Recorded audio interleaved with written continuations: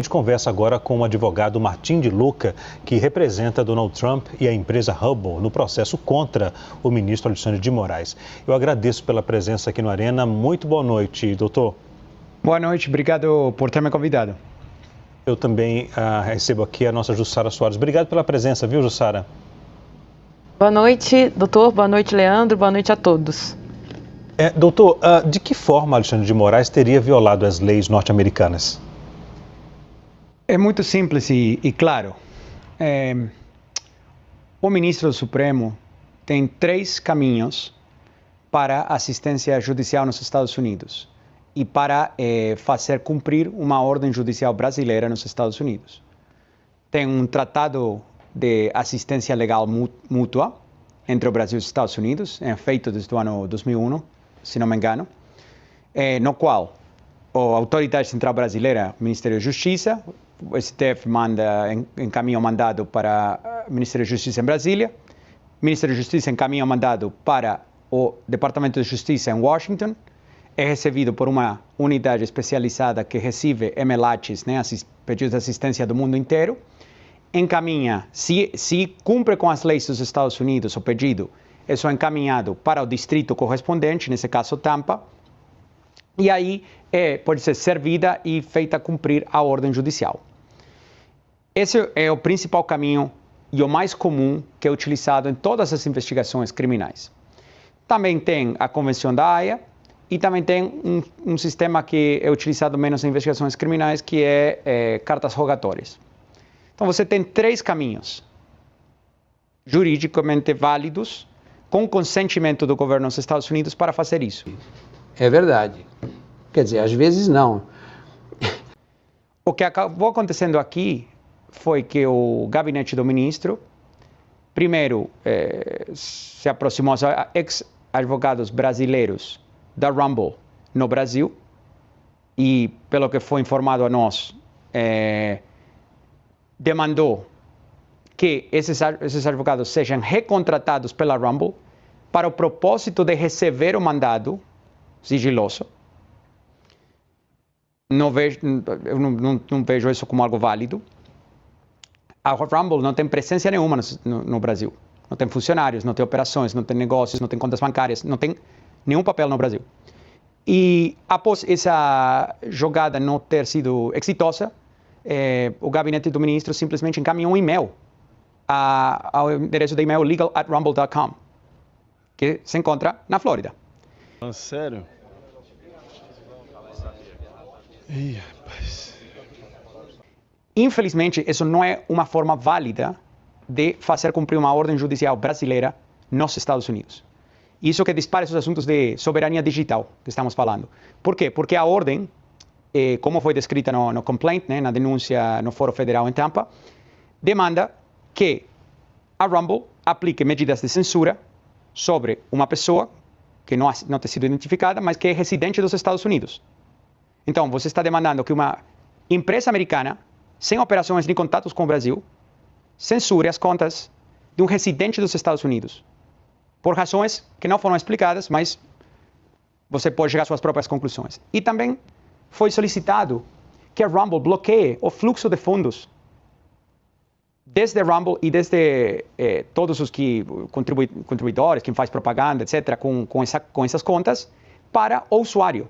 Ou seja, cortar o fluxo de fundos de uma empresa americana a um usuário residente nos Estados Unidos. Então, para propósito da lei, um usuário americano, qualquer pessoa que se encontra fisicamente dentro do território nacional dos Estados Unidos, está protegida pela Constituição dos Estados Unidos. Porém, aplica a primeira emenda. O mais preocupante disso é que essa pessoa já teve um pedido de extradição pelo ministro, que foi recusado pelo governo dos Estados Unidos. E após isso, fazer um e-mail, mandando um mandado por e-mail, com certas ameaças que vocês podem se imaginar, estão descritas na denúncia, mas se não é cumprido em 2 horas, você pagará uma multa de X, você será, vamos pagar o serviço no Brasil de formas não especificadas. Então, uma série de ameaças. Se esses mandados tivessem sido feitos pelo MLAT, também é extremamente provável, quase certeza absoluta, que teriam sido recusados pelo governo dos Estados Unidos. Então, essa é a grande questão. E isso foi o que disparou a Trump Media e a Rumble acionar o processo para falar a censura para aqui, a censura para a nossa fronteira. Ok. A Edilene Lopes também participa da nossa entrevista. Vou começar com a Jussara agora. Jussara? Doutor, obrigada aqui pela presença, pela entrevista. Chama muita atenção que essa ação ela foi apresentada logo depois que a Procuradoria-Geral da República apresentou a denúncia contra o ex-presidente Jair Bolsonaro e outras 33 pessoas aqui no Brasil. Há uma relação entre esses dois fatos? Zora, sabe o que chama mais atenção para mim? Que os rumores sobre a denúncia do ex-presidente Bolsonaro era que ia ser apresentada na sexta-feira dessa semana. Então, eu te faço uma pergunta. Por que foi adiantada? Ui!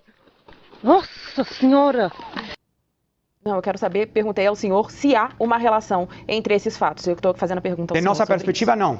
Não há porque preparar uma denúncia como a que a gente preparou para entrar em Tampa demora dias. E como vocês devem saber de outros casos, os prazos que impor as ordens do ministro são extremadamente apertados. Então a gente teria que e teve que começar a planejar para entrar com essa ação muitos dias antes. Doutor Martim, mais uma vez, muito obrigada pela entrevista. Eu queria saber se outras ações nesse sentido também estão sendo preparadas por vocês aí nos Estados Unidos. Em quanto tempo nós teremos a primeira resposta dessa ação protocolada hoje aí? O próximo passo que é possível que a gente avance é entrar com um pedido de uma liminar. Porque as ordens ameaçam com o seguinte, ameaçam com que você tem certo prazo ou vai forçar um shutdown, né, apagar o serviço. Agora, tem acontecido no passado que quando apagar um serviço é forçado através de terceiros, né, não, obviamente não voluntariamente pela Rumble, isso pode desestabilizar a plataforma de uma forma global, o qual pode levar a problemas para Truth Social e Trump Media e outros, às quais a Rumble presta serviço. Né? Doutor Martim, perdão interrompê-lo. A liminar se refere a quê? A liminar se refere a que nenhuma empresa nos Estados Unidos que seja intimada a cumprir com ordens judiciais que não vão pelos 3 canais que eu expliquei, sejam proibidas de cumprir com as ordens do ministro se são empresas nos Estados Unidos. Okay. E também pedindo que a Corte americana declare que a Rumble não precisa cumprir com essa ordem, com esse mandado do ministro. Essa liminar deve ser apresentada quando? Essa liminar vai ser apresentada quando? Pergunta da Edilene. Em breve. Não posso, não quero me adiantar, mas será apresentada em breve. Agora, doutor Martim, já aconteceu lá atrás algum caso semelhante nos Estados Unidos de um ministro, um juiz de um outro país determinar uma ordem nos Estados Unidos? Esse caso já aconteceu lá atrás ou é a primeira vez? Isso é até uma forma de fazer com que a justiça norte-americana consiga entender quais serão os passos num caso como esse, é isso? Um norte para a justiça agir daqui para frente em outros processos envolvendo outros países? É uma pergunta muito interessante. A gente não achou precedentes de uma situação similar. Então, na história dos Estados Unidos recente, que a gente pôde identificar até agora, não identificamos nenhum outro caso no qual um ministro ou um juiz estrangeiro encaminha mandados diretamente a empresas americanas sem cumprir com os canais oficiais para que as autoridades americanas dêem o consentimento àqueles mandados. Não conhecemos outro caso assim. Ok, nós conversamos com o advogado Martim de Luca, que representa Donald Trump no processo contra o ministro Alexandre de Moraes. Eu agradeço a sua presença e a disponibilidade em falar conosco aqui da CNN. Obrigado, doutor. Obrigado.